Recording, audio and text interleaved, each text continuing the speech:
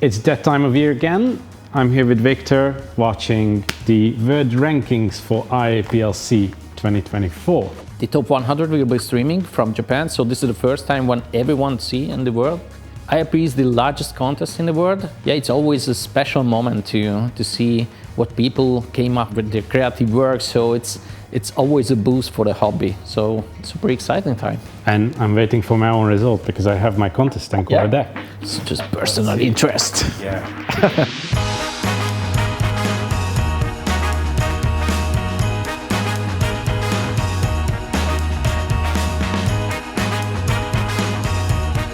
The judges are, I won't say aquascapers, but people from the hobby, prominent people from the hobby, editors and business owners. You're receiving points from all the judges and of course the total best points. And there's some personal favorites from each of the judges which boost the score. Yeah, last year we've seen a mixture of styles in the top 100. There was some classical styles and there was a diorama as well. The winner was more on diorama. There was a big evolution of more creative scapes and less of the classic style, and then most of the top 100 tanks were from that part. And then there was a big switch back to nature and NA style scapes. And I think last year they found the middle ground where we had lots of both styles in the top 100. They put in a lot of effort to organize this contest. For decades they are putting in a lot of energy and a lot of enthusiasm to organize the contest. So the top 100, all right. So we start with a smaller aquariums. That's also something we see from the past few years. We get more and more of the small aquariums making it into the top 100, which used to be impossible. That looks smaller actually, huh? It's a big weird, one. But looking at the rotalas, it looked like a bigger tank. Yeah. So, and again, 60 centimeters. Very nice. It's a very nice work with leading the fish. How they come out from the back. I think that's one of the most difficult parts of taking the final shot. Another classical ones with the so lotus. Far we're more leaning towards the classic looks. Yeah. Just if I look at this one, the 92 rank, they used blends that we don't usually use. You could spot some interesting choices. We have a few hundred aquatic plants available on the market right now, and how people use it in a different way to achieve a special effect. Wow! Hungary, the first Hungarian one. Yep. Wow, super colorful. That's the different one we usually do. Okay, there's something else. What is it? Those are rocks, right? And it's tricking your eyes with the reflection. Yeah, this time we don't really have time to look at all the details because we only see the tanks for just a few seconds. Yeah, for 2-3 seconds it's just nothing. Reds are taking over the hobby a bit. People are going for crazy big patch of reds, and I can really appreciate when they just use it in smaller spots and it really adds to the scape. But so far we are at around the 80, so the top 20 we've seen from the 100 and very strong layouts. Yeah, it's nice to see quite a few European entries as well in the top 100 because it's dominated heavily by the Asian countries. I'm also watching this from with the photographer eye because I do a lot of photographs, and this is why it's super exciting to me to see other people's work. And this is a 70 centimeter deep aquarium, so that's how all the details coming from. It seems like a tendency from what we've seen 25 tanks using the plants in parts, in specific spots, and they're really clearly divided. Where it used to be much more like, for example, this one where the plants are grown in and mixed. I need to get that lotus. Yeah, we don't have this type of lotus, sadly. Wow, interesting, all these whites. I don't know if we've ever seen snow imitation in the top 100. That's interesting with all these white patches. What is the... That's what I'm looking for. I think it's Mayaka. Maybe. Yeah. The lotus here. Again, the lotus. Look how big it is compared to the tank, and still it doesn't destroy the ratios. This amount of lotus usage is from last year's impact.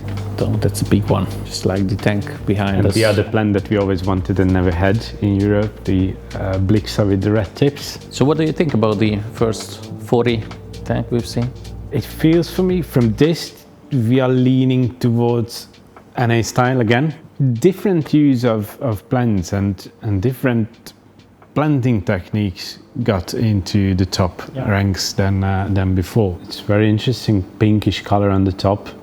Seems like some kind of rotala. Maybe more wooded type of layouts in the first half. I think that's something we've seen for years now, going more towards using wood. Brazilians still rocking the Brazilian style. There you go, big rock work. And that's utricularia on the back. Yeah, and maybe glossostigma in the front, or cuba. It's an interesting way of using the wood coming towards you. Absolutely, but that's 50 centimeter again. I'm just thinking about the interesting color scheme, and that's what the LED did with all these layouts. So they become super vivid and lost some naturality because of that. Yeah, that's what I meant by people using reds in just certain spots. For it adds to the layout. It's like in a lot of these cases, it's a bit over the top for me. If I'm looking at naturality, so stuff like this, it's just a few spots, and it's not overwhelming the scape. This is for me how reds should be used. It's again something I've always loved, using the verticillata in a few spots, but it's a nightmare to keep it. Maintenance-wise, it's a lot of work. They're very interesting, the views of the stamps. So it's not behind, but it's in the front, basically. But again, it's very separated, so all the plants are used in certain spots. It would be interesting to see such a review that which layout is easier to maintain, or preserve the type of look for a longer time. It was part of the pointing system. There's always, I'm checking the content, and there's always a debate that how a specific layout could end up on such a ranking, but there's a lot of judges on the contest, and also with all these different tastes from the people, there will be always a disagreement that one or the other layout may. Number 31. Before the Storm by Tamas Daniko from Hungary.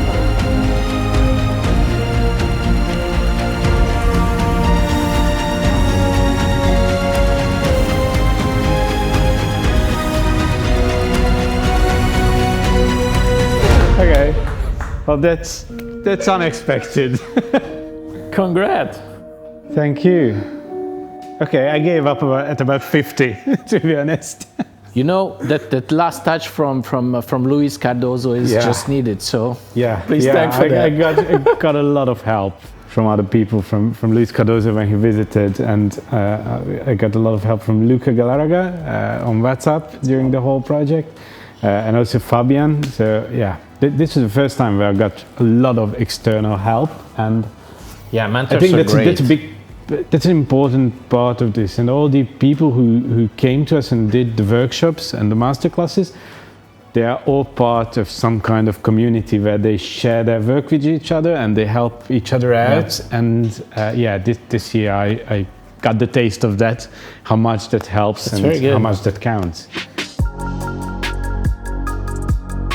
So we're getting into the honor prize, the top 27. We want to see something like this from you.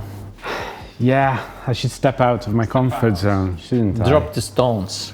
Yeah, now that I'm really curious I've seen Luca's work. He stepped out of his comfort zone, so I'm really rooting for him to keep his record of staying in the top 27. Okay, so there's Fabian, yeah. Fabian was here at Green Aqua earlier this year. This year? This year. This year, yeah, it was this year. He's really up and coming and really improving all the time.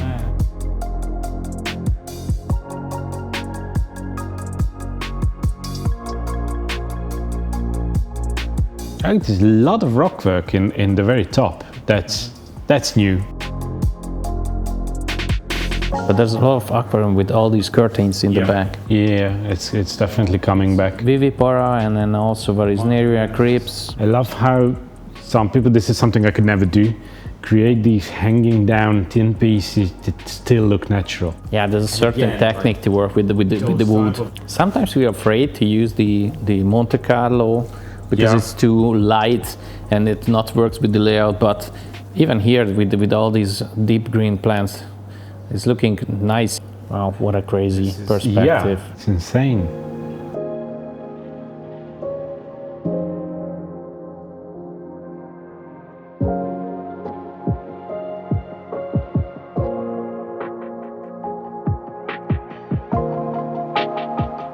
Couldn't even begin building with so many pieces of wood. Yeah, it's Just how do you decide where anything goes and how do you start connecting them?